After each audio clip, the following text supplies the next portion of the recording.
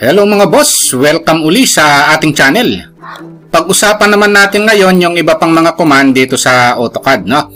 Kaya lang mga boss, kung bago pa lang kayo pala, no, sa maliit pa lang nating channel, huwag nyo muna palang kalimutang pindutin yung subscribe. Pero isama nyo na rin po yung like at saka notification bell. Okay, umpisahan na po natin yung bagong topic natin sa mga command sa AutoCAD. Ang unang pag-uusapan natin, no, dito sa AutoCAD, etong pagkakaiba ng explode at saka ng burst, no?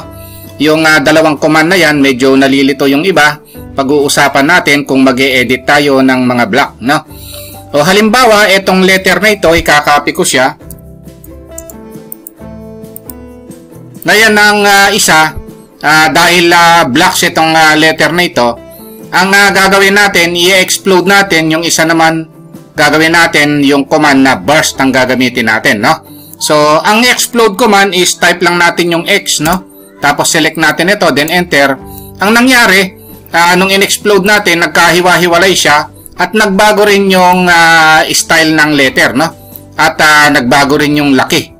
So, ngayon, ito namang isa, kung gagamitin natin ang command na burst, so B-U-R-S-T o burst, no? Tapos click, then select natin yung iba, burst, then enter.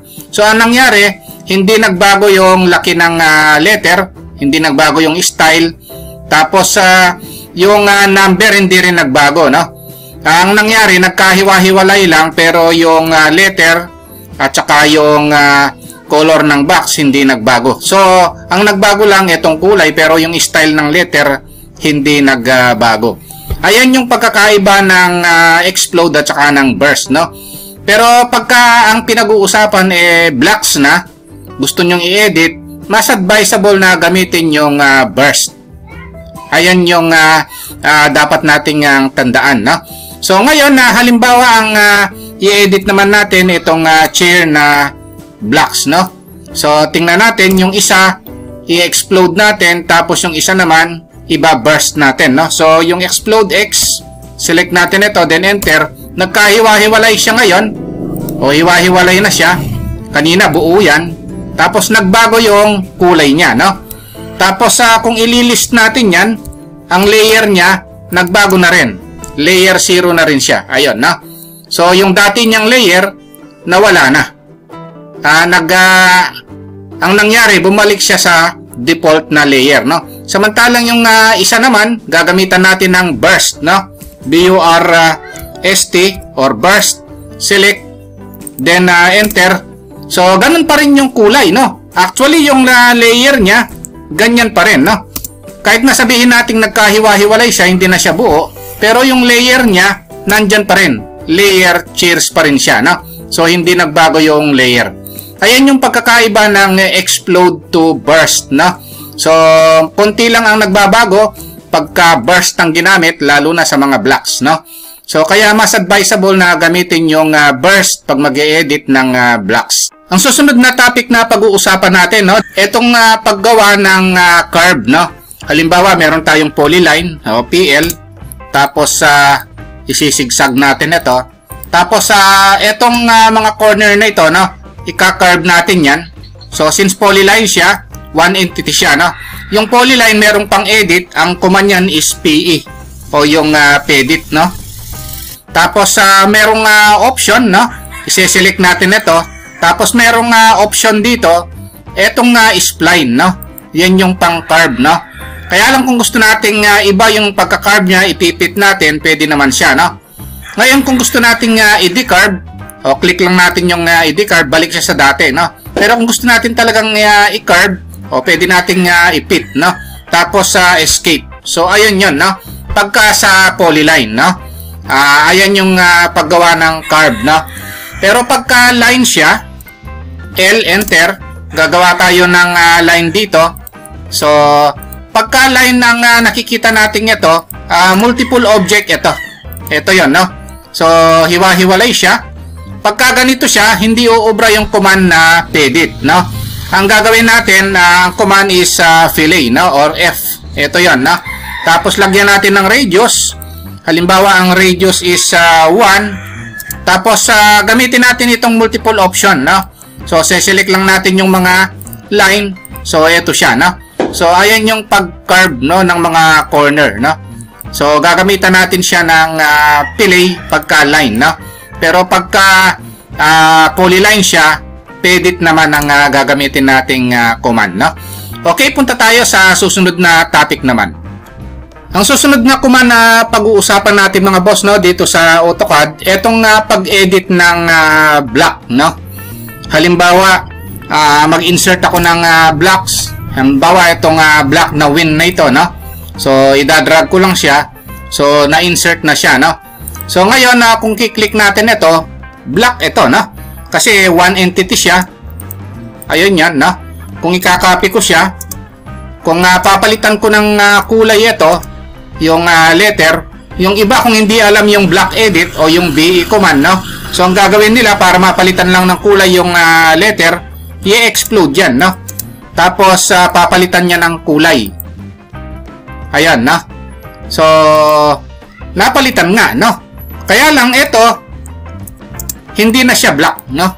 So, text na yan at saka circle, no. Unlike ito, blocks pa rin yan, no. Kasi buo siya, no. Ngayon, para hindi siya ma-explode, no, at mapalitan ng kulay at blocks pa rin siya, no. So, ang gagawin natin, itatype natin yung BE or block edit, no. O, click natin ito. Ayun, no. Tapos, ang pangalan ng blocks, hanapin natin dito. Ayan, nilagyan ko yan ng win, ang pangalan ng blocks na yan. Then, okay ko siya. So, nandito ngayon tayo. Ise-select ko ngayon, no, yung letter na gusto kong palitan. Punta ako sa home.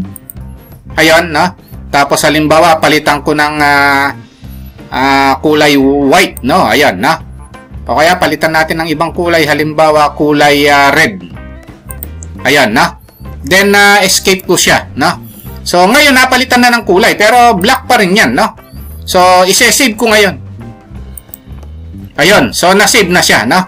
So ngayon para bumalik tayo dun sa model space natin, BE uli. And then, ang gagawin natin, discard na lang natin, no? Ayan, no? Cancel. So, eto na siya mga boss, oh. Buo pa rin siya. Black pa rin siya. Ayan, no? Napalitan na yung kulay niya, no? Unlike nito, in-explode natin, no? Samantalang ito, BE or block edit ang ginamit natin. Black pa rin siya, pero napalitan siya ng kulay, no? Ayan yung block edit, no? Ngayon kung i-insert natin, every time na mag-i-insert tayo ng block, eto na, red na siya, ya? Kasi pinalitan na natin ng kulay, no? Ginamit natin yung block edit, no? O yung pang-edit ng block. Okay, punta tayo sa susunod na command naman. Ang susunod na pag-uusapan natin, no, dito sa AutoCAD mga boss, kung halimbawa nagdo-drawing kayo ng circle, tapos napansin nyo yung circle nyo hindi siya mukhang circle, no? Mukha siyang polygon, no? Pero ang kinuman nyo is circle, no? Kung titingnan nyo, meron siyang mga side, no? Ngayon, ang gagawin nyo rito para magmukha siyang circle, hindi siya magmukhang polygon, i-type nyo yung command na view res, no? So, view, tapos pindutin nyo ito. Ito yung view resolution, no? Enter. Ayan, na. Tapos, ngayon, ang gawin nyo, ang resolution niya is 20 lang, no? So, taasan nyo siya. Gawin nyo, kunwari, 200. Ayan, na. So, ngayon, yung circle nyo, mukha na siyang circle, no? Smooth na siya. Kasi nga, yung resolution niya kanina is 20 lang, no? Mas mataas yung resolution, mas makinis ito, no? Kaya, ang gagawin nyo, pagka tinaasan nyo na, at i-regen nyo pa rin, no? Para ma-regenerate, no? Enter. So, ayun, no? Ayun yung view res command, no?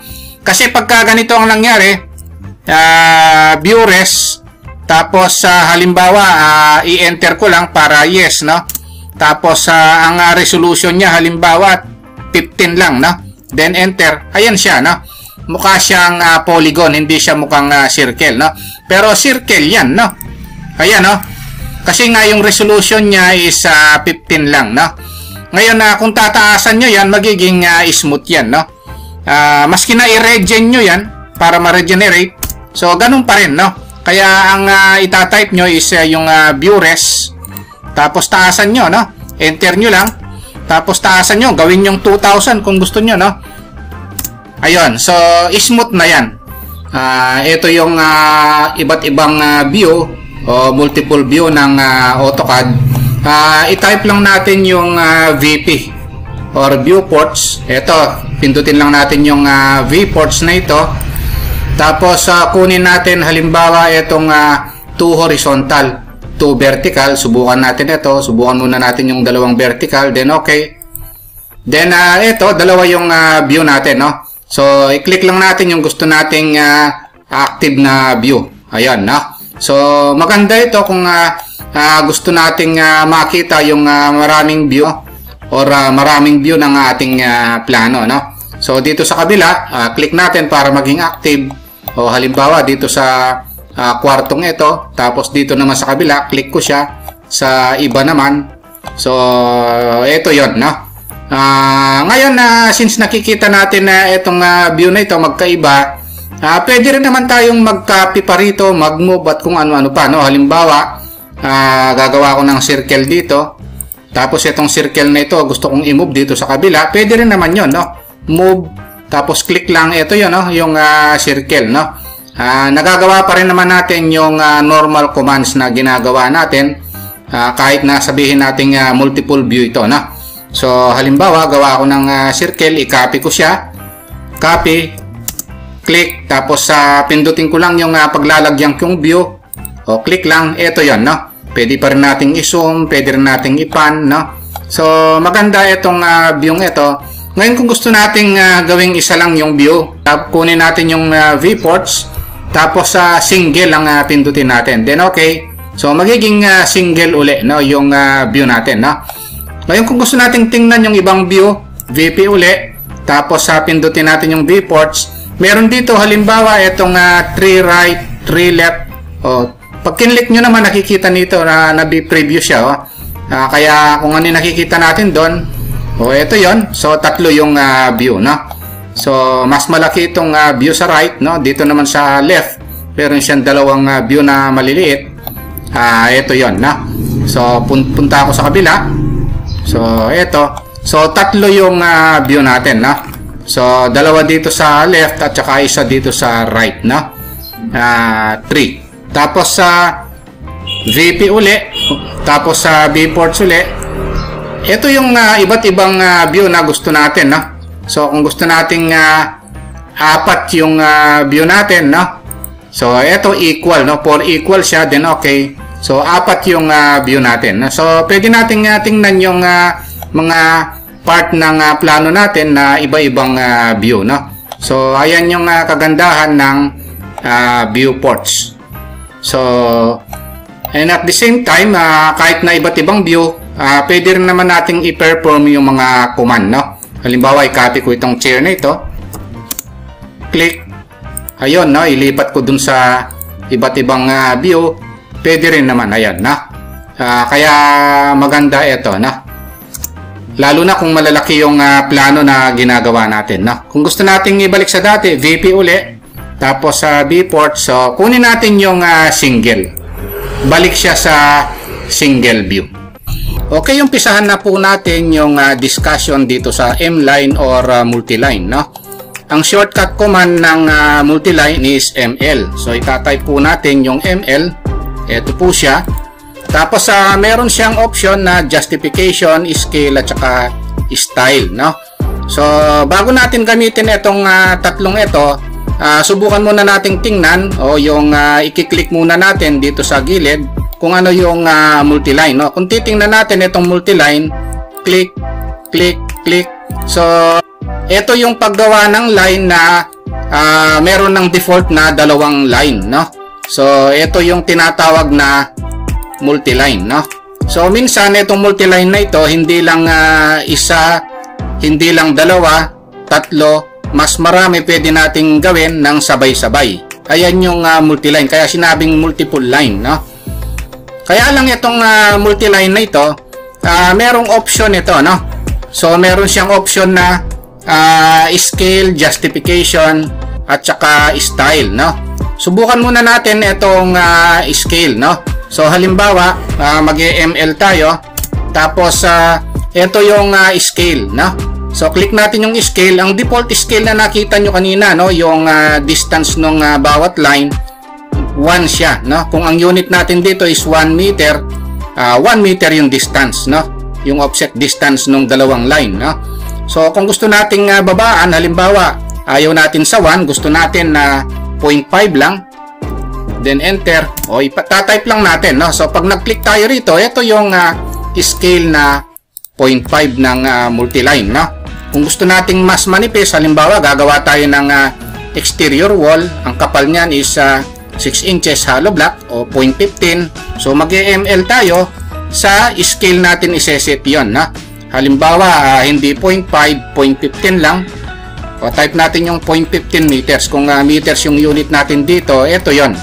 Ayan yung kapal ng line. Ang sinasabing 0.15, itong distance nito hanggang doon, no? Kung magda-dimension tayo, itong distance na ito, at saka ayan yung 0.15, no? Yung kanina na 0.5, ito yon. Yung offset distance ng dalawa, no? So, ibig sabihin, pwedeng i-adjust, no? So, ngayon, kung gagawin natin yung interior wall, ang kapal niyan is 0.10, no? So, mag-ML tayo. Sa scale natin yon i-adjust, no? Tapos instead na 0.15, ilagay natin 0.10 or 4 inches na hollow block. Pag nag-click tayo, ito yon, no? Mas manipis siya. So kung i-dimension natin yan yung tinatawag na scale na 0.10. Ayan, no? So itong multiline na ito, pwede rin natin lagyan ng eksaktong sukat, no? Tinatansya ko lang ito. So meron tayong direct distance method, no? So ML, hindi lang scale lang pwedeng ilagay dyan. Siyempre, na-discuss ko naman yung paggawa ng line, no, ng eksaktong sukat. So, applicable din naman ito, no? Halimbawa, yung haba ng wall natin is, halimbawa, 8, enter. So, ito yon. So, nalalagyan din ng eksaktong sukat yan, no? 8, tapos halimbawa, 6 meters, enter. Ayun, eksakto yan, no? Tapos, 3 meters. Ayun, no? Tapos, papunta rito, halimbawa, 2 meters. Pababa, halimbawa 5 meters. Ayun, no? Pwede rin naman nating i-close kung gusto na nating i-close. Para naman ng line, no, na nilalagyan ng eksaktong sukat, no? So, ayan yung scale na option, no? Ngayon, yung justification naman, so pwede nating gawin yung justification. Halimbawa, meron tayong line dito, no? Magagawa tayo ng line dito. Tapos, ang gagawin natin, mag-multiline tayo. So, palitan ko lang ng kulay ito para ma-discuss kung mabuti, no? Yung justification. ML. Tapos, merong justification ito. So, meron siyang tatlong option. Meron siyang top, zero, and bottom, no? So, yung top, magmula rito sa taas, yung multiline natin, pababa, ito yon. Magmula taas, pababa yon, no? So, yung ML uli, tapos, justification 0. Pag center to center yung wall nyo, so ang justification nyo ilagay nyo sa 0. Ayan, na center to center yan. Ayan, no? Nakasentro yung line na ito dun sa multiline, no? Sa bottom naman, siyempre pagka nag-ML tayo, ang justification bottom, ito yon. Siyempre sa bottom ang ano nyan, no? Yung base point. So magmula rito sa baba pataas. Ayan yung justification na top, zero, and bottom. Ngayon, meron pang last option yan, yung style, no? Ang default style nito, mga boss, standard, no? So, yung standard na yan, ito yung dalawang line na yan, no? So, ngayon, kung gusto nyo lagyan ng style ito, kailangan gagamit kayo ng multiline style, which is i-discuss natin mamaya ng konti. Yon yung multiline style, no? So kasi ang standard lang ang default nito, no? So ito yung ginagawa natin, ang default niya dalawang line lang, no? Kung gagawa tayo ng mas maraming line, halimbawa 3, 4, 5, yung style gagamitin natin yon. Siyempre gagawa muna tayo ng multiline style. Ayan yan. Okay, punta tayo sa susunod na topic naman. Pag-usapan naman natin ngayon, mga boss, itong command na ML style o yung tinatawag na multiline style, no? dito may set natin yung mas marami sa dalawa na line, no? 3, 4, 5 pataas na sabay-sabay na line. Dito natin sineset sa multi-line style, no? Kasi nung nag-multi-line tayo, ang nakikita lang natin na line na sabay-sabay is 2 lang, no? Kasi standard yon, no? Ngayon dito gagawa tayo ng ibang style, no? Bukod sa standard, no? Ita-type lang natin yung command na MLS, no? Makikita natin dito yung ML style, no? Tapos may lalabas dito, no, na dialog box. Dito natin iseset. Pipindutin natin yung new. Ayun, no? So lalagyan natin ng name, no?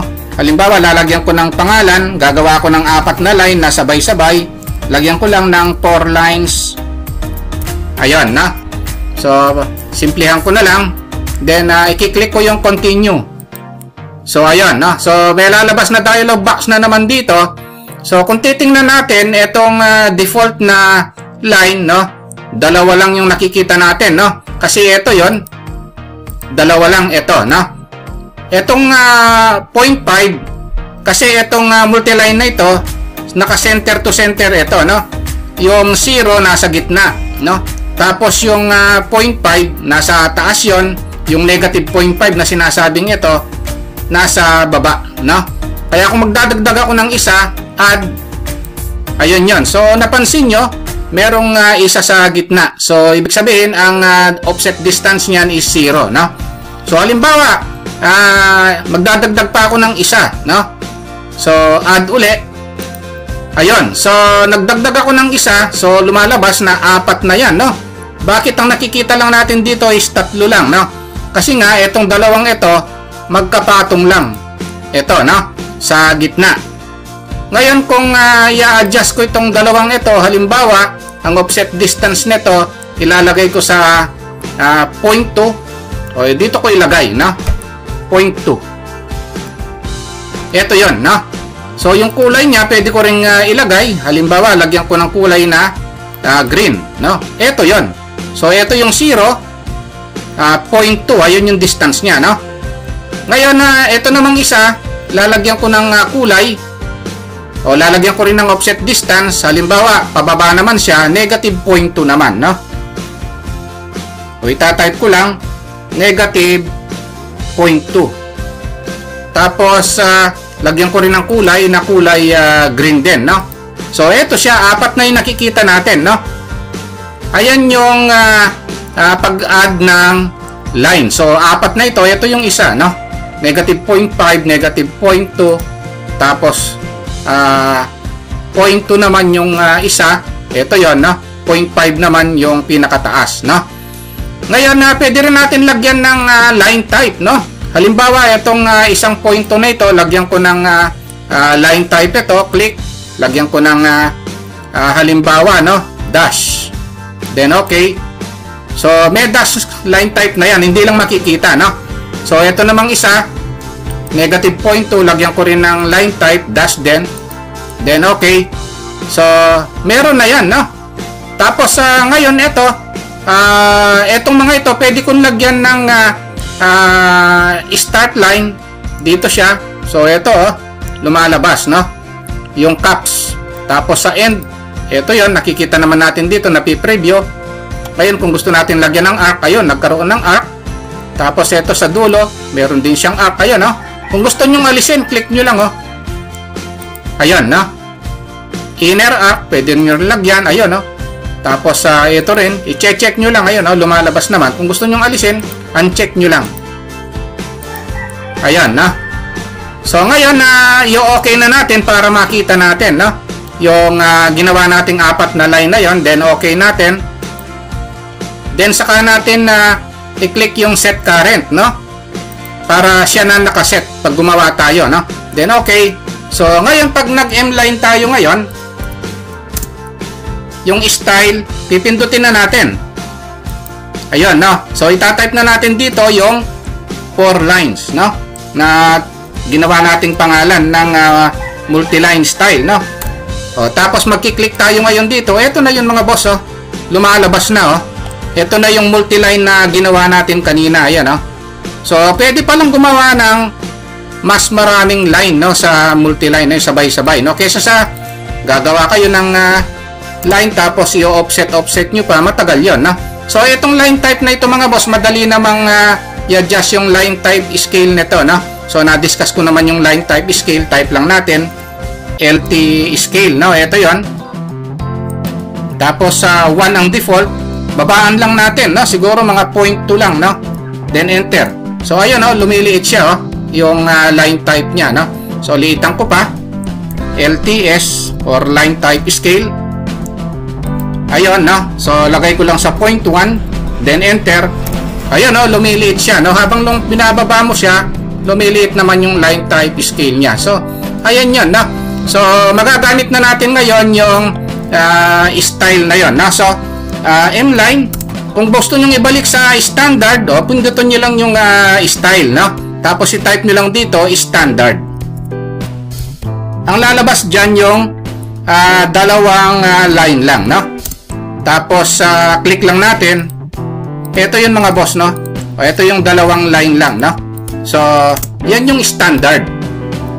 Ito naman yung sinet nating 4 lines, no. Itong T-circle command mga boss, pag-usapan nating mabuti dahil isa ito sa mga madalas gamitin, no, sa paggawa ng plano sa AutoCAD, no. So, tingnan natin yung iba't ibang option ng T-circle, no, or text circle, no. TC, type natin, tapos ito yung T-circle. Select natin ngayon yung objects na lalagyan natin, then enter. Tapos meron siyang enter distance offset factor, no. Mamaya i-discuss ko ito kung ano ito, pero hayaan lang natin sa 0.3. Tapos meron siyang option circle, slot at saka rectangle, no. So click natin muna yung circle. Tapos tingnan natin kung ano yung constant tsaka yung variable, no. Pag constant mga boss ang ilalagay natin, click natin yung constant. Pare-parehas yung laki ng circle. So ngayon ang gagawin natin, tingnan natin yung ibang option pa. TC, na select natin yung mga object na lalagyan, no. Tapos 0.3 pa rin, circle pa rin, no. Tingnan natin ngayon kung ano yung variables naman, no. Click natin yung variable. Ito yung variable mga boss, no. Kung yung constant pare-parehas yung laki ng circle, dito naman sa variable hindi pare-parehas yung laki ng circle, no. Nagbabase yan sa laki ng text. Ayun yan, no. Okay, pag-usapan naman natin ngayon yung ibang option ng T-circle, no.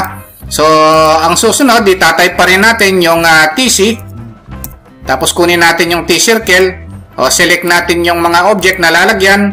Tapos 0.3 pa rin, no. Ngayon meron tayong option na slot, no. Click natin yung slots.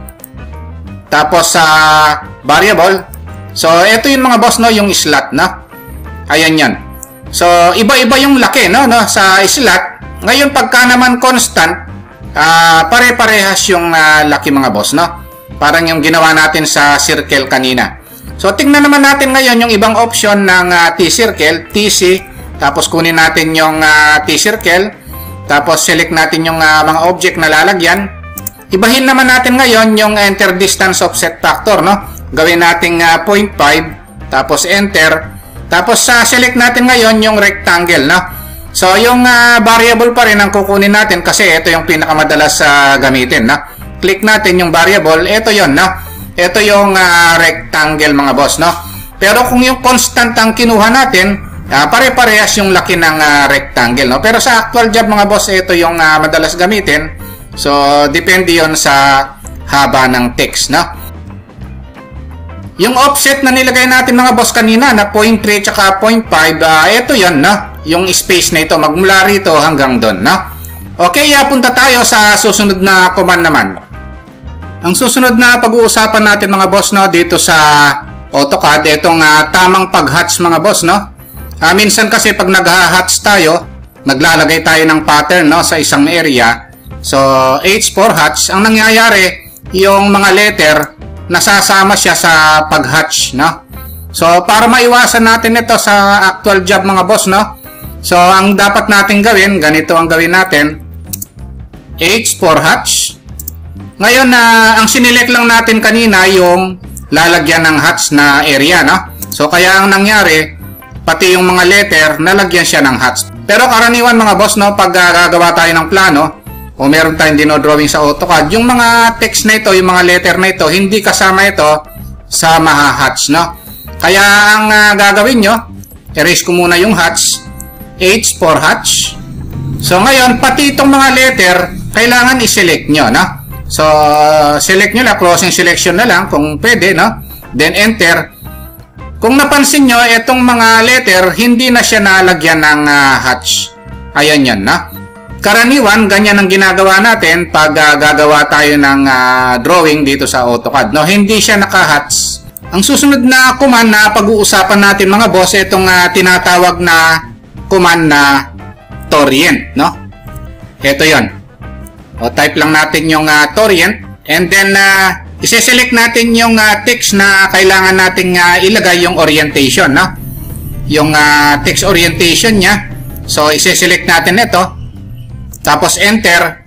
Ngayon na new absolute rotation. So ibig sabihin, lalagyan natin ng rotation angle mga boss, no? O halimbawa ilagay natin rotation angle is 30 degrees. So ito 'yon, no? Ayan yung rotation ng text, no? So hindi siya umalis sa kanyang pwesto pero na-rotate siya, no?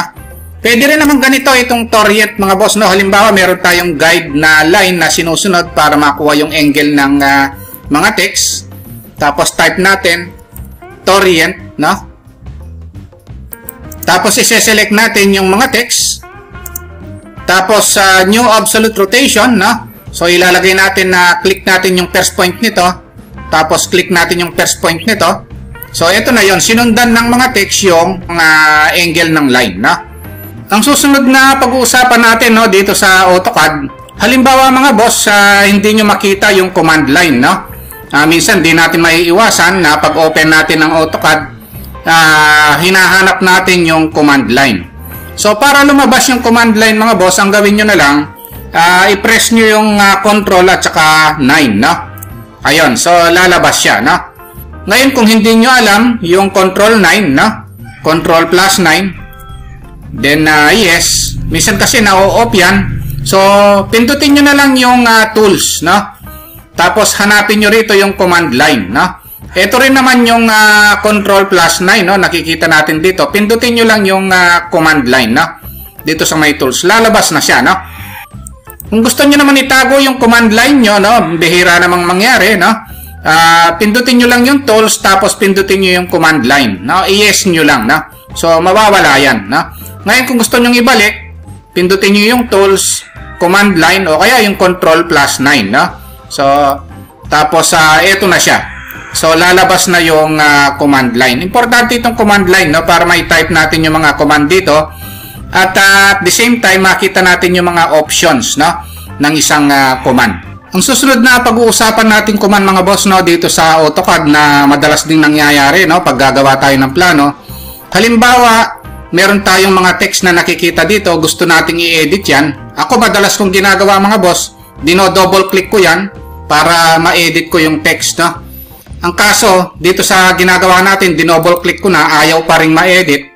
So, ang gagawin natin, yung type natin yung command na pick first, no? So, i-type natin yung pick first. So, ito yon. Tapos, nakalagay siya sa 0, kaya ayaw, no? So, ilagay natin yan sa 1. Then, enter. Pag dinoble click ko siya, ayun, pwede na siya, no? Kanina ayaw no? So, pwede ko nang i-edit ngayon, no? Ayun, so, pwede na siyang i-edit, no? Double click.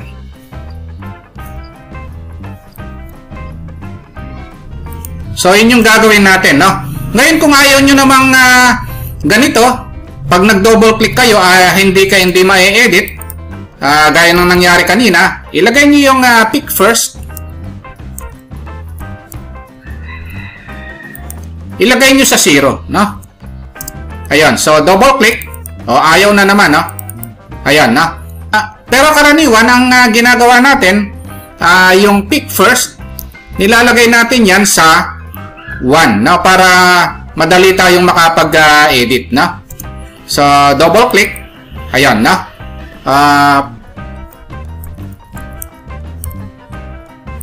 Ayan yung pag-set ng pick first o para ma-edit natin yung mga text, no? Pick first, ilagay nyo lang sa 1 kung nakaset siya sa 0. Okay, punta tayo sa susunod na topic naman. File, tapos click natin itong open. So pag wala tayong nakikitang dialog box mga boss, hindi natin makita yung mga file na gusto nating kunin. Yung dialog box hindi natin mai-open. So, ita-type lang natin yung command na file dia, no? So, type file tapos dia. So, eto siya. Tapos, ang gagawin natin, value niya is 0. So, ilagay natin sa 1. Tapos, enter. Pag nag-open tayo uli, file tapos open. So, eto na yung dialog box na yan mga boss, oh. Makakapili na tayo ng file na gusto nating i-open, no? So, lumalabas na itong dialog box. Kaya hindi lumalabas yung dialog box natin kanina kasi yung file dia mga boss, ang value niya is hindi siya naka 1. Ang value niya is naka 0 siya. Ayan yung value ng file dia kanina, no? So, naka 0 siya. So, pag in-open natin, nag-open tayo ng file, so walang dialog box na lumalabas. Ito yon, no? So, kaya pag ganito ang naging problema nyo, ang gawin nyo, i-type nyo yung file dia. So, ito yon, no? Ilagay nyo sa, ang value niya is 1, no? Then, enter. Makikita nyo na rito yung dialog box. So, makakapili na kayo ng file na gusto nyong i-open. Ang susunod na pag-uusapan natin mga boss na command, itong image frame, no? So, itong image frame na ito, naka-on siya. So, kung ayaw nating i-print, no, itong gilid, no, yung parang mga line na ito sa gilid niya. So, i-type lang natin yung image frame. Ilagay naman natin ngayon yung image frame to 0. Enter. So, wala nang image frame na lalabas dito. Hindi na siya mapiprint, no? So, ngayon kung gusto nating i-print yun, no? So, image frame, ilagay lang natin sa 1. So, ito yung lumabas uli siya. Ayan yung image frame. Okay, punta tayo sa susunod na topic naman. Ang susunod na pag-uusapan natin mga boss, no, dito sa mga commands na ito, kung halimbawa naka-experience kayo na halimbawa sineselect natin itong wall na ito, tapos ise-select ko rin ito yung kabila. Ang nangyayari, nase-select ito pero ito nade-deselect naman yung isa, no? Minsan nangyayari ito dahil meron tayong setup na mali, no? So, dapat pagka nag-select ako rito, isinelect ko ito, nase-select din itong isang ito, no? Ngayon, pagka ganito ang nangyayari, nagse-select kayo pero nade-deselect naman na yung iba. So, meron tayong iseset dito mga boss. Ito yung pick add command, no? I-type nyo lang yung pick add. Ito.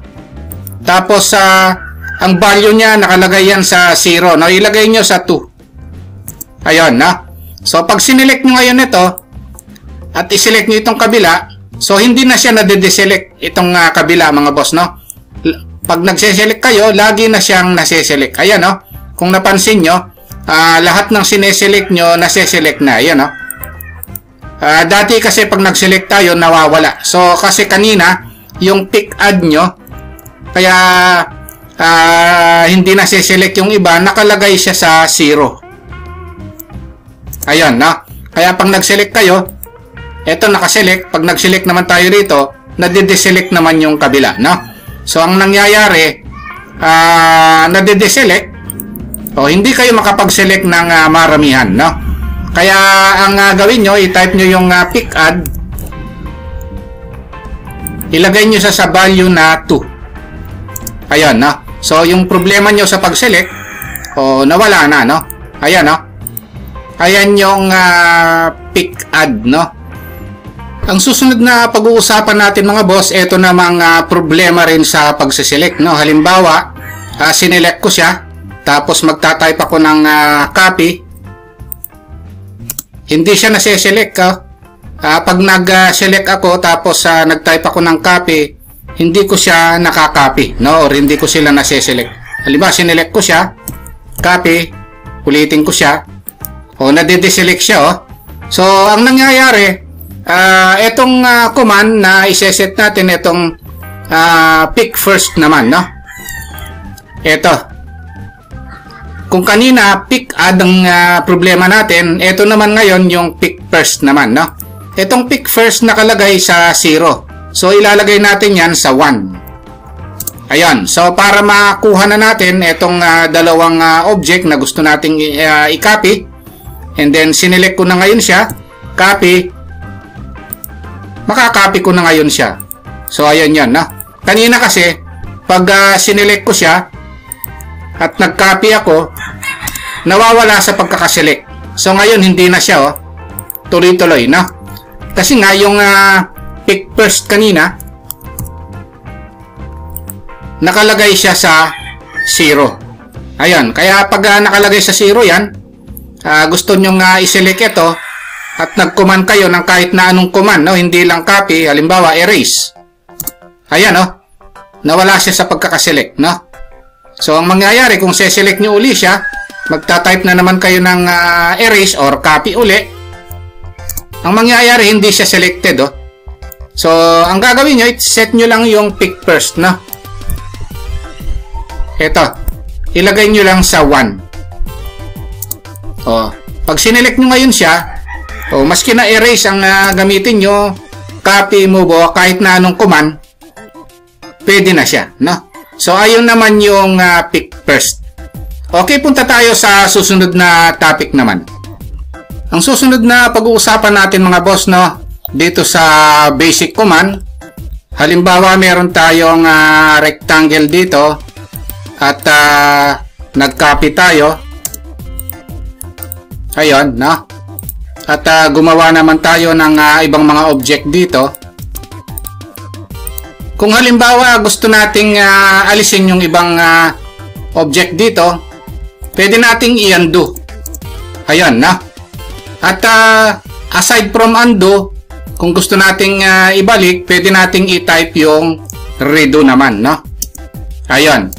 Ngayon, ang susunod na topic natin mga boss, ito namang oops.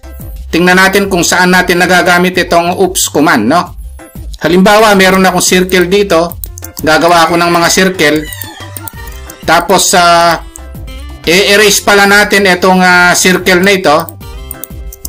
Tapos, gagawa na naman ako dito ng ibang mga circle. O, gagawa pa ako ng ibang mga objects. Ngayon, kung gusto kong ibalik yung huling in-erase ko, dyan natin magagamit yung command na oops naman, no? O, type lang natin yung oops. Ayan, na. Then, enter. So, lalabas yung circle na huling in-erase ko. Ayan yung command na oops. Kasi kung i-undo natin yon, babalik na siya.